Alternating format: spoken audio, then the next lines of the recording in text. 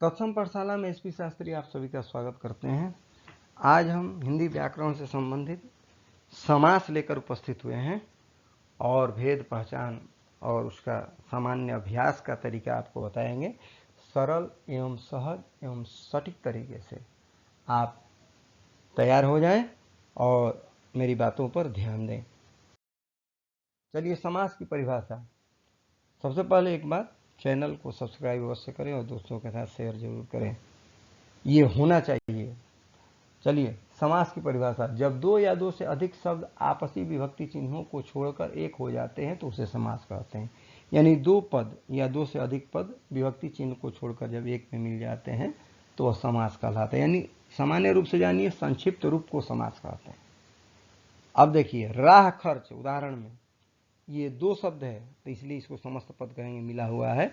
विग्रह इसका हुआ राह के लिए खर्च। अब ये विग्रह किस तरीके से की परिभाषा में कैसे होता है ये हम लोग आगे जानेंगे। नोट के रूप में थोड़ा सा जान लीजिए। यहाँ पर शब्दों को संक्षिप्त करके नया शब्द बनाने की प्रक्रिया को समास कहते हैं। ठीक है। अब देखिए, समास के ऐसे मुख्यतः चार भेद हैं: अव्ययीभाव, तत्पुरुष, बहुब्रीहि समास और द्वंद्व समास। और तत्पुरुष समास के इतने भेद होते हैं: कर्मधारय, मध्यम पदलोपी, उपपद समास, नह्य समास, द्विगु समास और अलोक समास। लेकिन मुख्यतः समास के चार ही भेद। ध्यान रखिएगा, मुख्य कितने भेद होते हैं? चार होते हैं। पहला देखते हैं अव्ययीभाव समास। अव्ययीभाव समास में पहला पद जो होता है अव्यय या उपसर्ग होता है और पहला ही पद प्रधान होता है। और अव्यय या उपसर्ग एक निश्चित अर्थ में होता है। अब जैसे यथाशक्ति, शक्ति के अनुसार; यथा संभव, संभव के अनुसार; यथा रूप, रूप के अनुसार; आजीवन, जीवन भर; आमरण, मरते दम तक; प्रतिदिन, प्रत्येक दिन यानी रोज रोज; भर पेट, पेट भर कर यानी भर उपसर्ग है; बेकाम, बिना काम का, बे उर्दू का उपसर्ग है; घर घर, ऐसे दो शब्द और युग्म हो एक जैसे तो भी अव्ययीभाव होते हैं। घर घर, द्वार द्वार, ठीक है, घर घर यानी प्रत्येक घर में; हाथों हाथ, हाथी हाथ; व्यर्थ, बिना अर्थ का; उपवन, वन के समीप; निकम्मा, बिना काम का; निर्जन, बिना जन का। तो इस तरह के शब्द उपसर्ग वाले जो होते हैं अव्ययीभाव समास में होते हैं। कई उदाहरण हो सकते हैं। अगर उदाहरण में परेशानी हो तो आप हमसे पूछेंगे, हम हैं। दूसरा समास है तत्पुरुष समास, जिसका उत्तर पद प्रधान हो यानी बाद वाला पद, दूसरा पद। दो पद होते हैं समास में, पूर्व पद और उत्तर पद, पहला पद और दूसरा पद। तो जिसका उत्तर पद यानी बाद वाला दूसरा पद प्रधान हो उसे तत्पुरुष समास कहते हैं। इसका जब विग्रह आप करते हैं तो बीच में कोई ना कोई कारक चिन्ह अर्थ के अनुसार आ ही जाता है। जब कारक चिन्ह आ गया तो समझ लिए सीधे कि वह तत्पुरुष समास है। जैसे गंगा पुत्र, गंगा पुत्र का अर्थ क्या हुआ? गंगा का पुत्र। का विभक्ति आ गया विग्रह किए तो। विग्रह मतलब उसका सही अर्थ। हिंदी में ध्यान रखिए, विग्रह मतलब उसका सही अर्थ, और अर्थ के अनुसार ही समास का नाम होता है, ये भी ध्यान रखना है आपको। गंगा पुत्र, गंगा का पुत्र। अब आज चलिए बढ़ते हैं। कारक के विभक्ति के अनुसार तत्पुरुष समास के 6 भेद हैं। वो 6 भेद है: कर्म तत्पुरुष, कर्ण तत्पुरुष, संप्रदान तत्पुरुष, अपादान तत्पुरुष, संबंध तत्पुरुष और अधिकरण। तो यही आपके 6 भेद हैं। तो कर्म तत्पुरुष, अगर मान लीजिए आप विग्रह करते हैं या अर्थ निकालते हैं तो बीच में यदि को चिन्ह, कारक चिन्ह आ जाता है तो जान लीजिए कि सीधे कि कर्म तत्पुरुष है। को चिन्ह, को। और जैसे मान लीजिए गगनचुंबी, गगनचुंबी का अर्थ क्या होगा? गगन को चुमने वाला। गगन का चुमने वाला थोड़े होगा, स्पष्ट है ना, गगन को चुमने वाला। तो को आ गया तो कर्म तत्पुरुष। रथ चालक, रथ को चलाने वाला। चिड़ी मार, चिड़ियों को मारने वाला। पॉकेट मार, पॉकेट को मारने वाला। माखन चोर, माखन को चुराने वाला। मुंह तोड़, मुंह को तोड़ने वाला। पद प्राप्त, पद को प्राप्त। गिरह कट, गिरह को काटने वाला। अब स्पष्ट हो गया आपको कि को विभक्ति अगर आ जाए बीच में विग्रह करने पर तो वह कर्म तत्पुरुष होगा। दूसरा देखते हैं कर्ण तत्पुरुष, जिसमें विग्रह करते हैं और विग्रह करने में से या के द्वारा चिन्ह आ जाए विग्रह करने पर तो वह कर्ण तत्पुरुष। और यही से के द्वारा जब हम समस्त पद करते हैं तो लुप्त हो जाता है। जैसे मान लीजिए रस भरा, तो रस से भरा। रस से भरा को समस्त पद करना है तो से हटा देंगे, रस भरा। जन्मांध, जन्म से अंधा, अगर जन्म से अंधा को एक पद करेंगे तो जन्मांध, यानी कारक विभक्ति हटा देंगे, एक पद कर देंगे। तत्पुरुष समास में ही होता है, या समास में अधिकतर ही होता है। कामचोर, काम से जी चुराने वाला। श्रमजीवी श्रम से जीने वाला, मुंह मांगा मुंह से मांगा, मन चाहा मन से चाहा, रोगग्रस्त रोग से ग्रस्त, तुलसीकृत तुलसी द्वारा कृत, कविकृत कवि के द्वारा। तो इस तरह से करण तत्पुरुष। अब आते हैं संप्रदान तत्पुरुष। संप्रदान तत्पुरुष में क्या होता है, को या के लिए विभक्ति होती है और जब समस्त पद बनता है तो इसका लोप हो जाता है। अब जैसे मत पेटी, तो मत के लिए पेटी, मत का पेटी थोड़ी इसका अर्थ होगा, मत पेटी यानी मत के लिए पेटी। रसोई घर, रसोई के लिए घर। गुरु दक्षिणा, गुरु के लिए दक्षिणा, गुरु की दक्षिणा इसका विग्रह नहीं होगा क्योंकि दे रहे हैं गुरु के लिए दक्षिणा। पूजा घर, पूजा के लिए घर। वैसे माल गोदाम, माल के लिए गोदाम। विश्राम गृह, विश्राम के लिए घर। प्रयोगशाला, प्रयोग के लिए शाला। स्नान घर, स्नान के लिए घर। स्नान का घर नहीं होगा, स्नान के लिए होगा, ध्यान रखिएगा। देशभक्ति, देश के लिए भक्ति। मार्ग व्यय, मार्ग के लिए व्यय, मार्ग के लिए खर्च। गौशाला, गाय के लिए शाला। विद्यालय, विद्या के लिए आलय। कहीं कहीं विद्यालय का विग्रह लोग ये भी कर देते हैं विद्या का आलय, लेकिन स्पष्टता जो होगा सही होगा विद्या के लिए आलय। ठीक है, चलिए अपादान तत्पुरुष। अपादान तत्पुरुष इसका से पहचान है, विग्रह करते हैं तो आज जब समस्त पद करते हैं तो से चिन्ह का इसमें लोप हो जाता है। बलहीन, तो बल से हीन। पाप मुक्त, पाप से मुक्त। पथ भ्रष्ट, पथ से भ्रष्ट, अलग हो रहा है एकदम। पदच्युत, पद से च्युत, यानी अलगाव होता है अपादान तत्पुरुष में, ध्यान रखिएगा। सेवानिवृत्त, सेवा से निवृत्त, कुछ हमने उदाहरण और भी दिया है सब में। नेत्रहीन, नेत्र से हीन। धर्म विमुख, धर्म से विमुख। प्रेम रिक्त, प्रेम से रिक्त। पुत्रहीन, पुत्र से हीन। लोकोत्तर, लोक से उत्तर, लोक के बाद। ऋण मुक्त, ऋण से मुक्त। माया विमुख, माया से विमुख। कुछ शब्द ऐसे हैं जिसमें अपादान तत्पुरुष होता ही है, जैसे हीन हो गया, निवृत्त हो गया, रिक्त हो गया, विमुख हो गया, ये सब शब्दों के योग में अपादान तत्पुरुष होता है। अब आ जाइए संबंध तत्पुरुष। संबंध तत्पुरुष में का के की विभक्ति होती है, जब समस्त पद होता है तो उसमें विभक्ति का लोप हो जाता है। विग्रह होगा तो उसमें का के की रहेगा, लेकिन जब समस्त पद करेंगे तो सब विभक्तियों का लोप हो जाता है। श्रमदान, श्रम का दान। अमरस, आम का रस। गुरु सेवा, गुरु की सेवा। देश प्रेमी, देश का प्रेमी। अब समस्त पद विग्रह आपको बताना है, अब अपने दिमाग से लगाइए, हम तो बताने जा ही रहे हैं, आप दिमाग से लगाइए हम सही बोल रहे हैं या गलत। राज दरबार, राज राजा का दरबार। गंगा जल, गंगा का जल। रामोपासक, राम का उपासक। देश सेवा, देश की सेवा। सभापति, सभा का पति, स्वामी। मृग छौना, मृग का छौना यानी वस्तु। राष्ट्रपति, राष्ट्र का पति, मालिक। चरित्र चित्रण, चरित्र का चित्रण। इंपोर्टेंट उदाहरण है चरित्र चित्रण, ध्यान रखिएगा।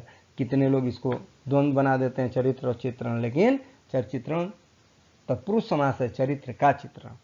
अब आते हैं अधिकरण तत्पुरुष। अधिकरण तत्पुरुष में पर विभक्ति होती है और जब समस्त पद आता है तो इसका चिन्ह का लोप हो जाता है।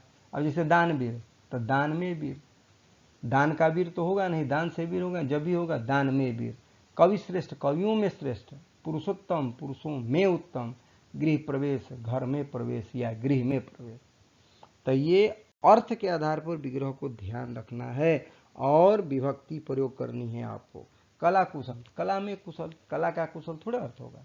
सर्वोत्तम, सभी में उत्तम। आत्मविश्वास यानी स्वयं पर विश्वास, आत्मा पर विश्वास। हरफन मौला, हर कला में एकदम श्रेष्ठ। आत्मनिर्भर, अपने आप पर निर्भर। आनंद मग्न, आनंद में मग्न। तो इस तरह से विग्रह ध्यान रखें। उदाहरण हमने अधिक दिया है ताकि आपको बात समझ में आ जाए। अब आइए आते हैं द्वंद्व समास। द्वंद्व समास में होता क्या है भाई, तो दोनों पद प्रधान होता है, ठीक है। और विग्रह में और का प्रयोग होता है, जैसे लेन देन, लेन और देन। देवासुर, देव और असुर। हरिहर, हरि और हर यानी विष्णु और शंकर। धर्माधर्म, धर्म और अधर्म। अब पाप पुण्य, पाप या पुण्य और नहीं होगा, अर्थ लगा सकते हैं और भी। भला बुरा, भला या बुरा। घर द्वार, घर या द्वार। नाक कान, नाक या कान या नाक और कान भी कह सकते हैं। सीताराम, सीता और राम। राधा कृष्ण, राधा और कृष्ण। भाई बहन, भाई और बहन। हरिशंकर, हरि और शंकर। ये हुआ आपका द्वंद्व समास। द्वंद्व समास में ध्यान रखिएगा दोनों पद प्रधान होता है। बहुब्रीहि समास। अब बहुब्रीहि समास में क्या होता है, अन्य पद प्रधान होता है, ना प्रथम पद प्रधान होता है ना उत्तर पद। पहला दूसरा पद छोड़ करके कोई अन्य पद ही हो जाता है। जैसे मान लीजिए नीलकंठ, तो नीलकंठ नीलाकंठ हो जिसका यानी शंकर, अन्य पद हो गया। नेक काम हो जिसका, यानी कोई विशेष व्यक्ति। शांति प्रिय, शांति हो प्रिय जिसे, किसी को कह सकते हैं अन्य पद में। सदेह, देह के साथ है जो। लाठा लाठी, यानी लाठी लाठी से की गई लड़ाई या युद्ध। बहुब्रीहि के भी भेद हैं 3-4, लेकिन अब हिंदी में सामान्य तरीके से उदाहरण के आधार पर हम लोग समझेंगे। इसको कर्म व्यतिहार बहुब्रीहि कहते हैं।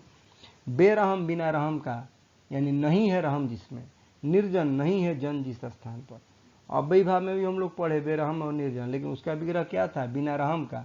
और निर्जन यानी बिना जन का। लेकिन यहाँ बहुब्रीहि की तरह विग्रह हुआ है, देखिए। बेरहम यानी नहीं रहम है जिसमें, निर्जन नहीं है जन जिस स्थान पर। तो ये जिसका जिसकी जिसमें लगा देंगे तो अर्थ के आधार पर बहुब्रीहि हो जाएगा। अब चलिए, युद्ध प्रिय विग्रह करना है आपको, आप भी कीजिए, हम भी करते हैं। युद्ध प्रिय, युद्ध हो प्रिय जिसे, विग्रह सही ये है। नेक काम करने वाला है जो, या भलाई का काम करने वाला है जो। मीठ बोला, मीठा बोलने वाला व्यक्ति या मीठा बोलने वाला है जो। बड़ बोला, बड़े बड़ी बातें बोलने वाला है जो। लंबोदर, लंबा है उदर जिसका। दशानन, 10 हैं आनंद जिसके। चंद्रभाल, जिसके मस्तक पर चंद्रमा है। वीणा पाणी, जिसके पाणी में वीणा है या हाथ में वीणा है। वेजान, नहीं है जान जिसमें। निर्धन, नहीं है धन जिस व्यक्ति के पास। सत्य प्रिय, सत्य है प्रिय जिसे। सुनैना, सुंदर नयनों वाली है जो। सचेत, जो जिसका चित्त साथ में है। सबल, यानी जो बल के साथ है। सपरिवार, जो परिवार के साथ है। हंसवाहिनी, जिसका वाहन हंस हो। मुक्का मुक्की, यानी मुक्का मुक्का से किया गया युद्ध। बाता बाती, बात बात से किया गया युद्ध। वक्रतुंड, जिसका सूंड वक्र हो, टेढ़ हो। वाग्देवी, जो वाणी की देवी हैं, अर्थात सरस्वती।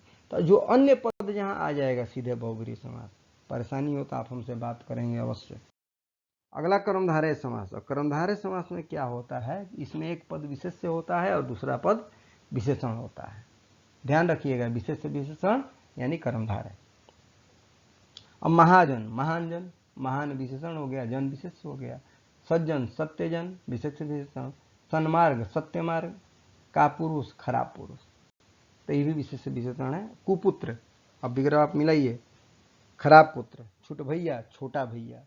शीतोष्ण, ठंडा और गर्म, शीत और उष्ण। महाराज, महान राजा। सदाचार, सच्चा आचरण। नीलकमल, नीला कमल। वीर बाला, वीर कन्या। अधमरा, आधा मरा हुआ। घनश्याम, यानी बादल की तरह सांवला। सुपुत्र, अच्छा पुत्र। लौह पुरुष, लोहे के समान पुरुष। कमल नयन, कमल के समान नयन। चरण कमल, चरण कमल के समान। चंद्रमुख, चंद्रमा के समान मुख। मुखचंद्र, यानी इसका विग्रह क्या होगा? मुख चंद्रमा के समान।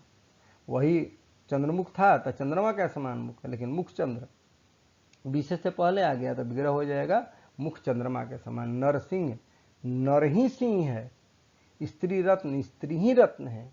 विद्याधर, विद्या ही धन है। भव सागर, भव रूपी सागर, यानी भव ही सागर है। तो इस तरह से कर्मधारय समास में विशेष विशेषण होता है। हमने उदाहरण दिया है आपको समझने के लिए, ज़्यादा से ज़्यादा समझ सकें।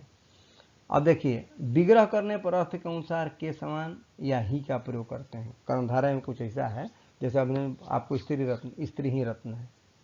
के समान, कमल नयन, कमल के समान सा, तो अर्थ के अनुसार ये सब प्रयोग होता है। अब देखिए, नहीं है समास जिसका पूर्व पद अ या अनुपसर्ग हो और नकारात्मक अर्थ प्रकट करता हो, यानी नहीं का अर्थ, तो वह नहीं है समास। असत्य, सत्य नहीं। अधर्म, धर्म नहीं। अनंत, अंत नहीं। अनुपयोगी, जो उपयोगी नहीं। उसी तरह योग्य, योग्य नहीं। अज्ञान, ज्ञान नहीं। अनादि, आदि नहीं। अकर्म, कर्म नहीं। अनुचित, उचित नहीं। नापाक, जो पवित्र नहीं है, उर्दू का उपसर्ग है। गैर हाजिर, जो हाजिर नहीं है। असभ्य, जो सभ्य नहीं है। अनिष्ट, जो प्रिय नहीं। अगोचर, जो दिखाई न दे। अनभिज्ञ, जो जानकार न हो। अलौकिक, जो लोक का नहीं है। अनुपस्थित, जो उपस्थित नहीं। तो ये आपका नहीं है समास। उदाहरण को ध्यान रखेंगे आप।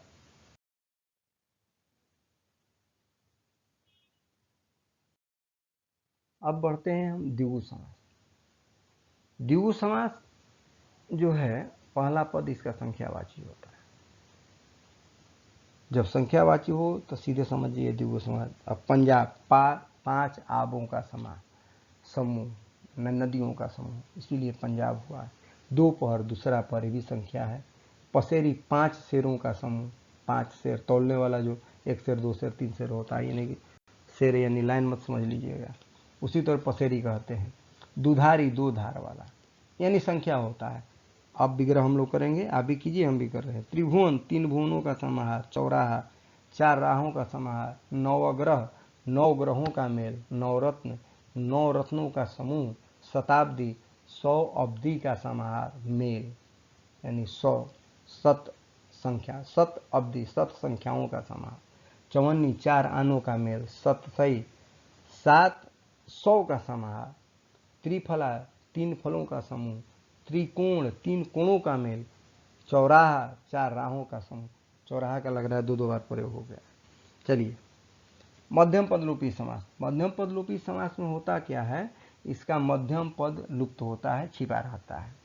ठीक है, मध्यम पद ये लुप्त होता है, मध्यम पद ये छिपा रहता है यहाँ पर।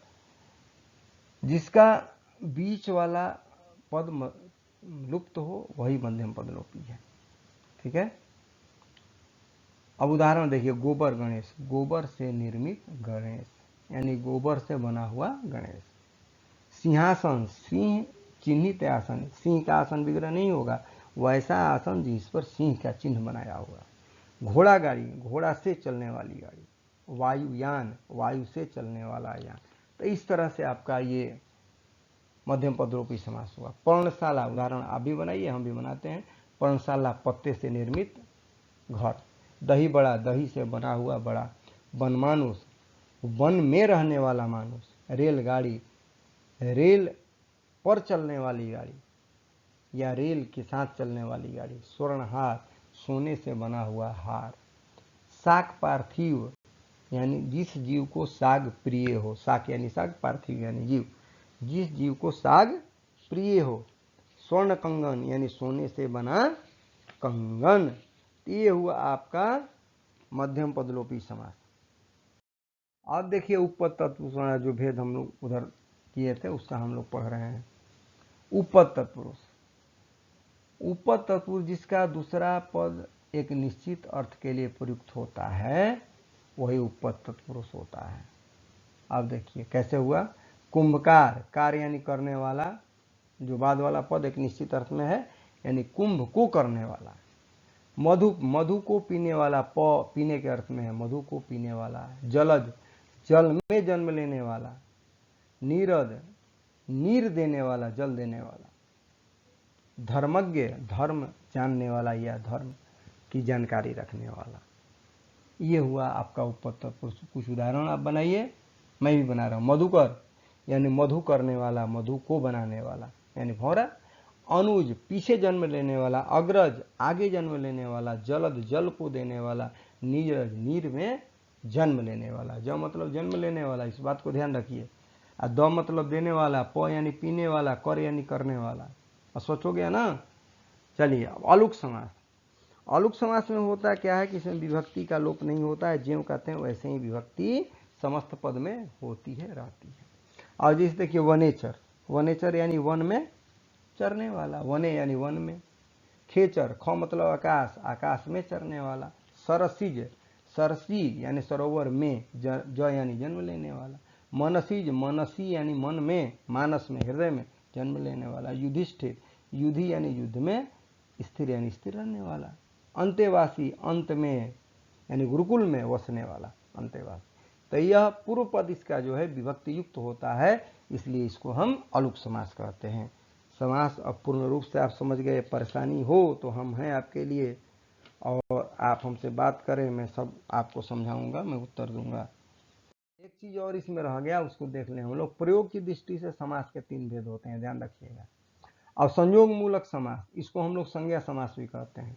यानी यह संयोग मूलक समास या संज्ञा समास द्वंद्व समास और तत्पुरुष समास होता है। ठीक है, तत्पुरुष समास और द्वंद्व समास को संयोग मूलक या संज्ञा समास कहते हैं। दूसरा है विशेषण समास, इसको आश्रय मूलक समास भी कहते हैं, और यह विशेषण समास कर्मधारय समास होता है। ठीक है, वर्ण मूलक समास या अव्यय समास, इसमें बहुब्रीहि और अव्ययीभाव समास आता है। अब संज्ञा समास का उदाहरण क्या हो जाएगा? दिन रात, दिन और रात, गंगा जल, गंगा का जल। तत्पुरुष के जो अन्य भेद हैं उसमें आ जाएंगे। विशेषण समास में महादेव, घनश्याम। अव्यय समास या वर्णमूलक समास में यथासंभव और प्रत्येक। तो ये आपका समास पूर्ण हुआ। आपको कोई परेशानी हो तो हम हैं, आप हमसे बात करें, हम आपके प्रश्नों का उत्तर देंगे। चलिए, सब्सक्राइब करना है और शेयर अवश्य करना है। पुनः मैं आपके लिए नया विषय लेकर उपस्थित होऊंगा। तब तक के लिए थैंक यू, धन्यवाद।